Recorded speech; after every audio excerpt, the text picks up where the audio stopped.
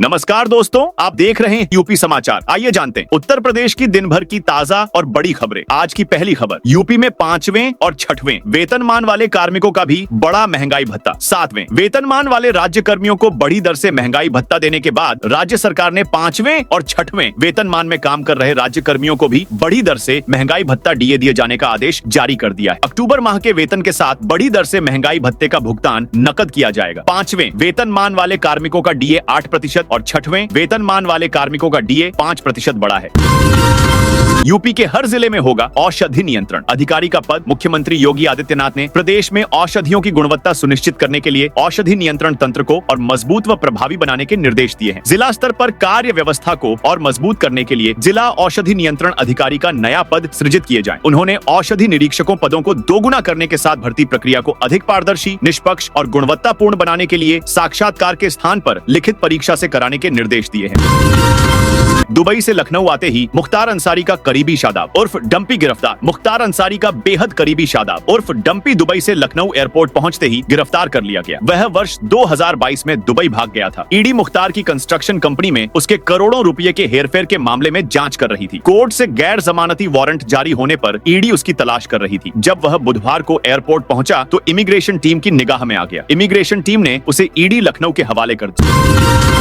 स्वदेशी नस्लों की गाय पालने पर 40% मिलेगा अनुदान। मुख्यमंत्री स्वदेशी गौ संवर्धन योजना के अंतर्गत शुक्रवार को कलेक्ट्रेट सभागार में जिलाधिकारी जितेंद्र प्रताप सिंह की अध्यक्षता में ई लॉटरी के माध्यम से चयन प्रक्रिया संपन्न हुई। इस योजना के अंतर्गत जनपद को कुल 28 पात्रों का लक्ष्य प्राप्त हुआ था, जिसमें 50% महिला भागीदारी सुनिश्चित की गई। इस प्रकार 14 महिलाओं एवं 14 पुरुषों को योजना का लाभ प्रदान किया गया। तौकीर के करीबी नफीस ने वक्फ संपत्ति हड़पी। तौकीर रजा का करीबी फर्जी डॉक्टर नफीस अब वक्फ संपत्ति घोटाले में फंस गया है। नफीस और उसकी पत्नी फरहत बेगम पर आरोप है कि उन्होंने मिलकर वक्फ की जमीन हड़प ली। एसएसपी अनुराग आर्य के आदेश पर कोतवाली पुलिस ने दोनों के खिलाफ धोखाधड़ी और जालसाजी की धाराओं में मुकदमा दर्ज किया है। ये वही नफीस है जिसने आई लव मोहम्मद पोस्टर हटाने पहुंची पुलिस से बदसलूकी की थी और इंस्पेक्टर का हाथ काटने की धमकी दी थी।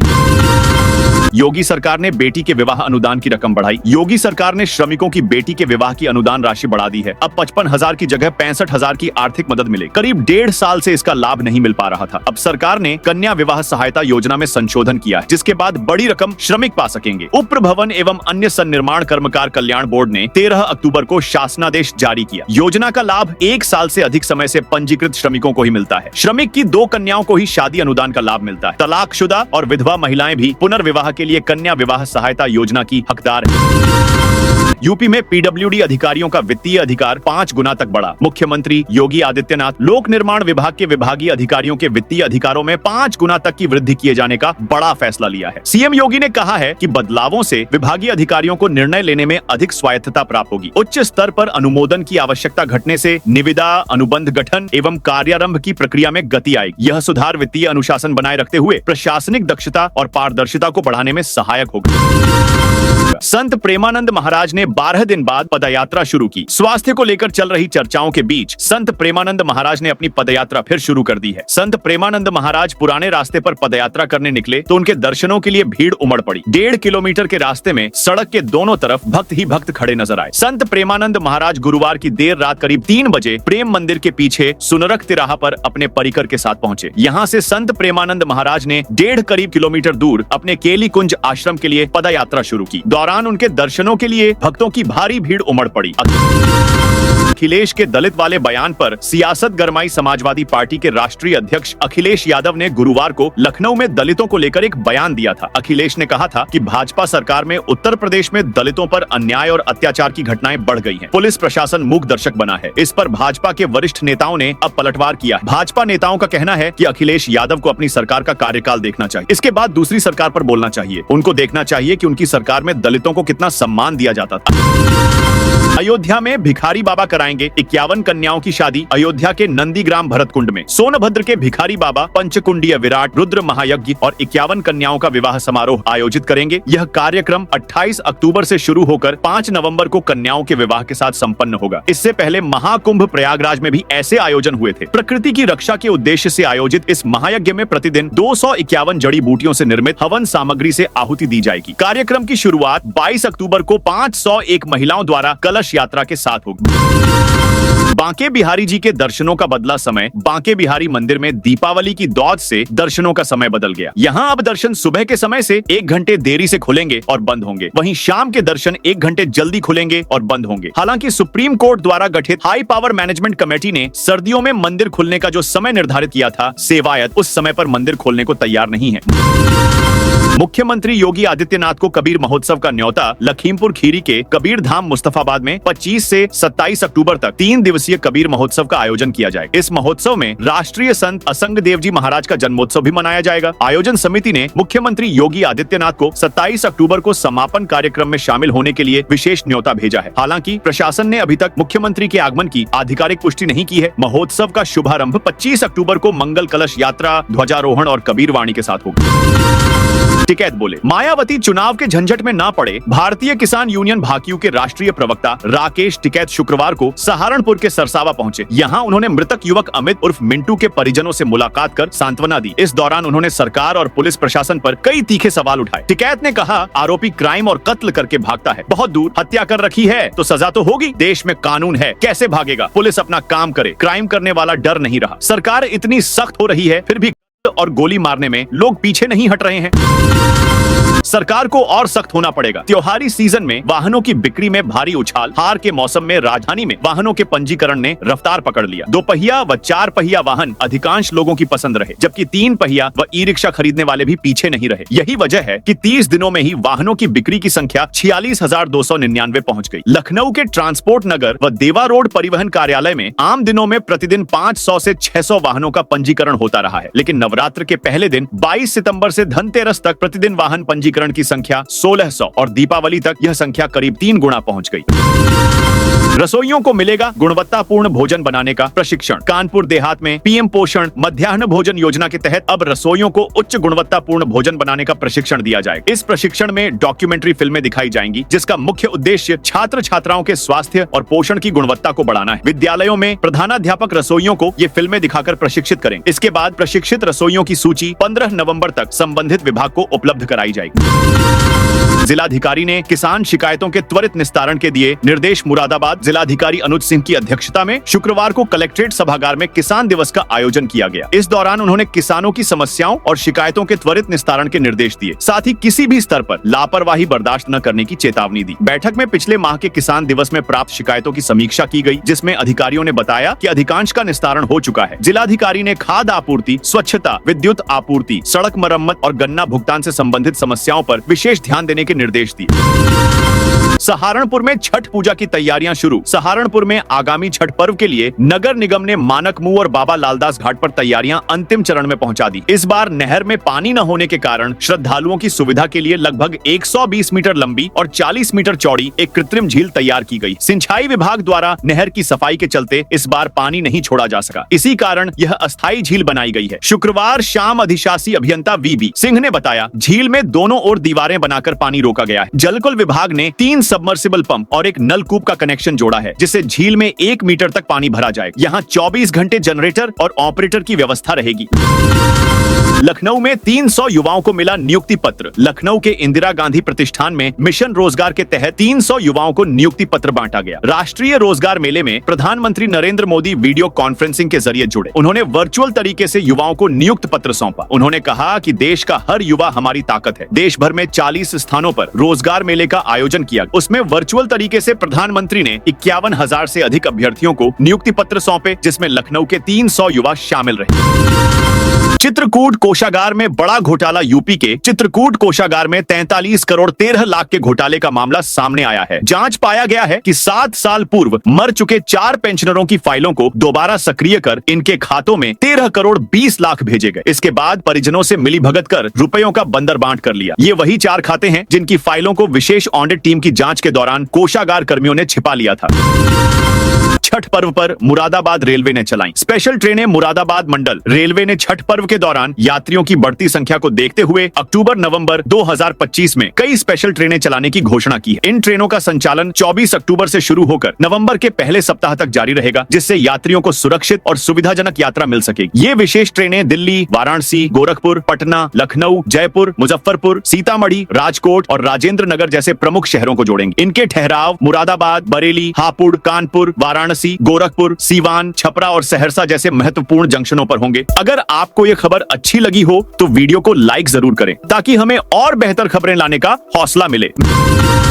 मैदान में रखा प्लेन सोशल मीडिया पर वायरल। आगरा में दयालबाग में एक मैदान में प्लेन का ढांचा ढका रखा हुआ है। इसका वीडियो बनाकर किसी ने सोशल मीडिया पर अपलोड कर दिया। पोस्ट वायरल होते ही पुलिस ने भी इसकी जांच। दयालबाग स्थित श्रीराम सेंट्रल स्कूल के सामने मैदान में एक प्लेन का ढांचा ढका रखा है। इसका किसी राहगीर ने वीडियो बनाकर सोशल मीडिया पर अपलोड कर दिया। युवक ने फेसबुक पर पोस्ट कर आगरा पुलिस को टैग करते हुए इसे संदिग्ध बताया और जांच की मांग की।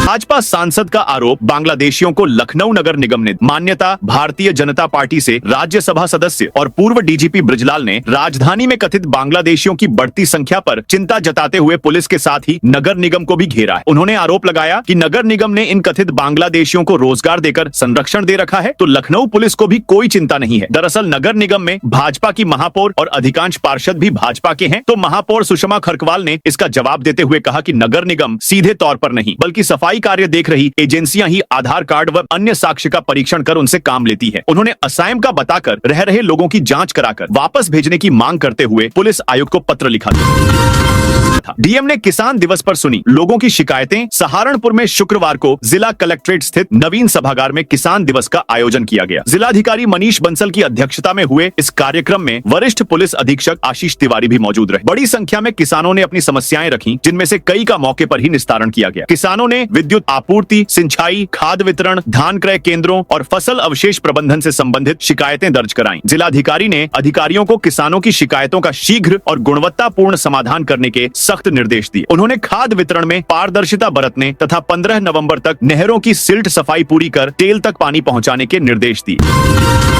अखिलेश के स्टार प्रचारकों में शिवपाल रामगोपाल नहीं, समाजवादी पार्टी ने बिहार विधानसभा चुनाव के लिए शुक्रवार को 20 स्टार प्रचारकों की लिस्ट जारी कर दी। लिस्ट में अखिलेश के दोनों चाचा रामगोपाल यादव और शिवपाल यादव का नाम गायब है। शिवपाल यादव पार्टी के महासचिव और रामगोपाल मुख्य राष्ट्रीय महासचिव हैं। स्टार प्रचारकों की लिस्ट में अखिलेश यादव और किरणमय नंदा के बाद तीसरे नंबर पर आजम खान का नाम है। अखिलेश के भतीजे तेज प्रताप यादव का नाम इस सूची में है। तेज प्रताप राष्ट्रीय जनता दल प्रमुख लालू प्रसाद यादव के दामाद हैं। सिरसी में हाईवे किनारे सिंघा दमदमा तालाबों का अवैध पटान। संभल जिले की नगर पंचायत सिरसी में हाईवे किनारे स्थित तालाबों पर कथित पट्टा आवंटन के बाद उन्हें पाटकर समतल किया जा रहा है। नगर पंचायत अध्यक्ष सहित पूरे बोर्ड ने इसकी शिकायत की है, लेकिन अब तक कोई कार्रवाई नहीं हुई है। उक्त मामला संभल के थाना हजरतनगर घड़ी के अंतर्गत नगर पंचायत सिरसी कस्बा क्षेत्र में रेलवे क्रॉसिंग के पास स्थित सिंघा तालाब और दमदमा तालाब से जुड़ा है। पिछले कुछ दिनों से इन तालाबों को दिन रात पाटकर समतल किया जा रहा है। ये तालाब सिरसी और आसपास के कई गांवों के पानी के मुख्य स्रोत रहे हैं।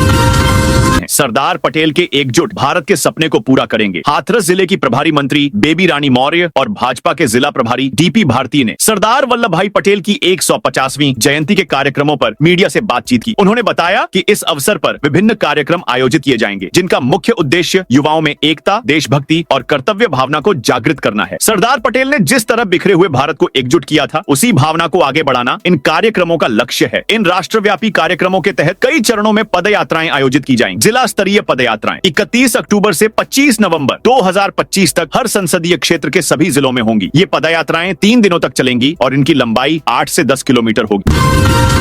मेरठ सेंट्रल मार्केट में बने कॉम्प्लेक्स पर चलेगा बुलडोजर। मेरठ के शास्त्री नगर सेंट्रल मार्केट में बने 661/6 कॉम्प्लेक्स को खाली करने की प्रक्रिया शुक्रवार शाम शुरू हो गई। कारोबारी अपने आप ही अपने प्रतिष्ठानों को खाली करने लगे। उनका कहना है कि अब उन्हें सिर्फ चमत्कार की उम्मीद है। उन्होंने यह भी बताया कि कॉम्प्लेक्स तोड़ने से जुड़ी कोई भी जानकारी अभी तक विभाग की तरफ से उन्हें नहीं दी गई है। सहारनपुर में हाफिजों की दस्तारबंदी। सहारनपुर के रामपुर मनिहारण स्थित दारुल कुरान अकादमी मस्जिद मौलाना अब्दुल समी में शुक्रवार को अजमत ए कुरान कॉन्फ्रेंस का आयोजन किया गया। इस कार्यक्रम में कुरान को हिफ्ज करने वाले 3 छात्रों मोहम्मद ओवैस, मोहम्मद अयान और मोहम्मद इस्माइल की दस्तारबंदी की गई। कॉन्फ्रेंस की अध्यक्षता मौलाना सलमान बिजनौरी ने की, जबकि मौलाना साबिर हफीज ने इसका संचालन किया। जाट रेजिमेंटल सेंटर बरेली में सेना भर्ती रैली 8 दिसंबर से यूनिट हेडक्वार्टर्स कोटा के तहत अग्निवीर सामान्य ड्यूटी, अग्निवीर ट्रेड्समैन, संगीतकार, अग्निवीर खिलाड़ी जो अभ्यर्थी जाट रेजिमेंटल सेंटर में स्पोर्ट्स ट्रायल में भाग लिए थे और अग्निवीर लिपिक पदों के लिए भर्ती रैली 8 से 16 दिसंबर तक बरेली के जाट रेजिमेंटल सेंटर में होगी। रक्षा मंत्रालय के जनसंपर्क अधिकारी ने अधिक जानकारी के लिए अभ्यर्थियों को जाट रेजिमेंटल सेंटर बरेली के भर्ती कार्यालय से संपर्क करने की सलाह दी है। यह भर्ती रैली वीर नारियों के पुत्रों, जाट रेजिमेंट के भूतपूर्व एवं सेवारत सैनिकों, युद्ध के दौरान बलिदानी एवं घायल सैनिकों के पुत्रों और सगे भाइयों के लिए आयोजित की जाएगी। आजमगढ़ में 4 डीजे वाहनों का 74,500 का चालान। आजमगढ़ जिले के निजामाबाद थाना क्षेत्र में लक्ष्मी गणेश प्रतिमा विसर्जन जुलूस के दौरान बड़े बड़े डीजे लगाकर सरकार और न्यायालय के नियमों की अवहेलना करने वाले मामले में मुकदमा दर्ज किया गया है। इसके साथ ही डीजे सिस्टम सहित 4 वाहनों को सीज किया गया। इन चारों वाहनों पर ध्वनि प्रदूषण अधिनियम के तहत 70,500 का जुर्माना भी लगाया गया। इस अभियान के तहत कुल 11 वाहनों का 1,69,000 का ई चालान किया गया। इसके साथ ही पूजा संयोजकों के विरुद्ध मुकदमा दर्ज किया गया। ऊर्जा मंत्री ने 27 करोड़ की परियोजनाओं का लोकार्पण किया। प्रदेश के ऊर्जा एवं नगर विकास मंत्री ए.के. शर्मा ने रायबरेली का दौरा किया। उन्होंने नगर विकास और बिजली विभाग से संबंधित कुल 27 करोड़ रुपए की परियोजनाओं का लोकार्पण और शिलान्यास किया। इसमें नगर निकाय की 20 करोड़ और बिजली विभाग की लगभग 7 करोड़ रुपए की परियोजनाएं शामिल हैं। यह कार्यक्रम रायबरेली क्लब में आयोजित किया गया था। इस अवसर पर जिले के वरिष्ठ भाजपा नेताओं के साथ सदर विधायक अदिति सिंह भी मौजूद रहीं। मंत्री शर्मा ने बताया कि ये परियोजनाएं सदर विधायक अदिति सिंह के आग्रह पर रखी गई थी। महाराजगंज के जिलाधिकारी ने किसान दिवस में दिए निर्देश। जिलाधिकारी संतोष कुमार शर्मा की अध्यक्षता में शुक्रवार को कलेक्ट्रेट सभागार में किसान दिवस का आयोजन किया गया। इसमें विभिन्न क्षेत्रों से आए किसानों ने अपनी समस्याएं रखी, जिस पर जिलाधिकारी ने संबंधित विभागीय अधिकारियों को तत्काल समाधान के निर्देश दिए। उन्होंने बताया कि किसानों की समस्याओं के निराकरण के लिए प्रत्येक माह के तीसरे बुधवार को किसान दिवस आयोजित किया जाता है। जिलाधिकारी ने जानकारी दी कि खरीफ सत्र में खाद वितरण में आई दिक्कतों के बाद प्रशासन ने 415 दुकानों पर छापेमारी की थी। इस दौरान 9 दुकानों के लाइसेंस रद्द किए गए, जबकि 40 से अधिक दुकानों को निलंबित कर एफआईआर भी दर्ज की गई है। 44 जिलों से 550 छात्र छात्राएं मॉडल प्रदर्शित करेंगे। उत्तर प्रदेश के फतेहपुर में 23वें क्षेत्रीय विज्ञान मेले का शुभारंभ हुआ। शहर के वीआईपी रोड स्थित एक इंटर कॉलेज में मुख्य अतिथि ने दीप प्रज्वलित कर इसका उद्घाटन। विद्यालय के प्रधानाचार्य नरेंद्र सिंह ने बताया कि यह मेला 3 दिनों तक चलेगा। इसमें पूर्वी उत्तर प्रदेश के 49 जिलों से लगभग 550 छात्र छात्राएं अपने मॉडल और प्रदर्शन प्रस्तुत करेंगे। मेले में बच्चों द्वारा बनाए गए मॉडलों में डीजल से चलने वाला एक पुराना इंजन और एक एग्रीकल्चर रोबोट शामिल है। यह रोबोट खेत की जरूरतों की जानकारी देने का काम करेगा। ये मॉडल मेले में आकर्षण का केंद्र बने हुए हैं। एयरपोर्ट भूमि पर अवैध निर्माण। 90 लोगों पर एफआईआर दर्ज। जेवर में बन रहे नोएडा इंटरनेशनल एयरपोर्ट की भूमि पर अवैध निर्माण के मामले में 90 लोगों के खिलाफ एफआईआर दर्ज की गई है। यह कार्रवाई क्षेत्रीय लेखपाल की शिकायत पर की गई है। यह अवैध निर्माण नगला हुकुम सिंह, रणहेरा, कुरैवा और करौली बांगर सहित कई गांवों में एयरपोर्ट की कई बीघा भूमि पर किया जा रहा था। जिला प्रशासन ने पुलिस को इस संबंध में जानकारी दी थी। बताया गया है कि बार बार नोटिस दिए जाने के बावजूद इन स्थानों पर लगातार निर्माण कार्य जारी था। आरोप है कि इस तरह के अवैध निर्माण से शासन की छवि धूमिल हो रही है और इससे राजकीय संपत्ति को भी क्षति पहुंच रही है। वाराणसी में हिंदू संगठन ने स्वामी प्रसाद का फूंका पुतला। वाराणसी में हिंदू सुरक्षा सेवा संघ द्वारा रविदास गेट पर स्वामी प्रसाद मौर्य का पुतला फूंका और लंका थाने में एफआईआर के लिए तहरीर भी दी है। संगठन के कार्यकर्ताओं ने आरोप लगाया है कि वह हमारे देवी देवताओं के खिलाफ अनर्गल बातें करते हैं, जिससे हम सभी काफी आहत हैं। उन्होंने अभी चेतावनी दी कि अगर स्वामी प्रसाद मौर्य वाराणसी आते हैं तो हम उनका स्वागत अपने अंदाज में करेंगे। पराली जलाने पर 7 किसानों पर लगा 17,500 का जुर्माना। सीतापुर में पराली जलाने को लेकर प्रशासन सख्त रुख अख्तियार किए हुए है। पर्यावरण संरक्षण के प्रति गंभीरता दिखाते हुए महमूदाबाद तहसील क्षेत्र में 7 किसानों पर कुल 17,500 रुपए का जुर्माना लगाया गया है। साथ ही ग्रामीण क्षेत्रों में मुनादी कराकर किसानों को पराली न जलाने की शपथ भी दिलाई गई। उप जिलाधिकारी महमूदाबाद बालकृष्ण सिंह ने बताया कि वर्तमान समय में तहसील क्षेत्र में पराली जलाने की घटनाएं लगातार सामने आ रही हैं। सूचना मिलने पर तहसील और कृषि विभाग की टीमों ने स्थलीय निरीक्षण किया। राम मंदिर निर्माण का कार्य अंतिम चरण में। दीपोत्सव की ऐतिहासिक सफलता के बाद अब श्री राम जन्मभूमि पर ध्वजारोहण समारोह की तैयारियों के साथ ही राम मंदिर निर्माण कार्य भी युद्ध स्तर पर जारी है। निर्माण एजेंसियों के कारीगर और श्रमिक दिन रात पसीना बहा रहे हैं ताकि तय समय में सभी परियोजनाओं को पूर्ण किया जा सके। सूत्रों के अनुसार मंदिर के भूतल और प्रथम तल के स्तंभों पर आइकोनोग्राफी के तहत मूर्ति कला का कार्य पूरा हो चुका है। कारीगरों ने बारीकी से नक्काशी और शिल्पकारी कर मंदिर की भव्यता को और निखारा है। इन हिस्सों से फ्रेमिंग हटाने का कार्य भी पूरा पूरा कर लिया गया है, जिससे पत्थर की नक्काशी अपूर्ण रूप में दिखाई देने लगी है। ज्ञानवापी वजूखाने को ढकने और सील का फटा कपड़ा बदलेगा। ज्ञानवापी के सील वजूखाने के मामले में शुक्रवार को जिला कोर्ट में सुनवाई हुई। वजूखाने को ढकने और ताले पर लगी सील के फटे कपड़े को बदलने का रास्ता साफ हो गया है। प्रदेश सरकार की ओर से दायर एप्लीकेशन और श्रृंगार गौरी पक्ष की दलीलों पर सुनवाई करते हुए जिला जज संजीव शुक्ला ने कपड़ा बदलने की मांग को स्वीकार कर लिया। अदालत ने कहा कि यह प्रक्रिया सुप्रीम कोर्ट के आदेशों के अनुसार ही पूरी की जाएगी। साथ ही सरकार की एप्लीकेशन को वापस लेने और दोनों पक्षों की सहमति को जरूरी बताया गया है। फिरोजाबाद एएसपी अनुज चौधरी को यूट्यूबर ने फिर धमकाया। फिरोजाबाद के एएसपी अनुज चौधरी और यूट्यूबर मशकूर रजा का एक और ऑडियो सामने आया है, जिसमें यूट्यूबर अनुज चौधरी से कह रहा है, आपने मेरा करियर खत्म कर दिया है, आपने मुझे इतना पीटा, मेरा हाथ पैर सब बेकार कर दिया, इससे तो अच्छा होता कि आप हमें जान से ही मार देते, गोली मार देते। यूट्यूबर ने यह भी कहा, मैं छोड़ूंगा नहीं, इंसाफ हो, मेरा नाम मशकूर रजा है। दरअसल संभल में 24 नवंबर 2024 को हुई हिंसा के बाद यूट्यूबर अनुज चौधरी का इंटरव्यू करना चाहता था। उस समय अनुज चौधरी संभल के सीईओ थे। यूट्यूबर ने अनुज चौधरी को फोन किया, लेकिन उन्होंने इंटरव्यू देने से मना कर दिया था। तो दोस्तों, यह थी आज उत्तर प्रदेश के सभी जिलों की दिन भर की ताजा और बड़ी खबरें।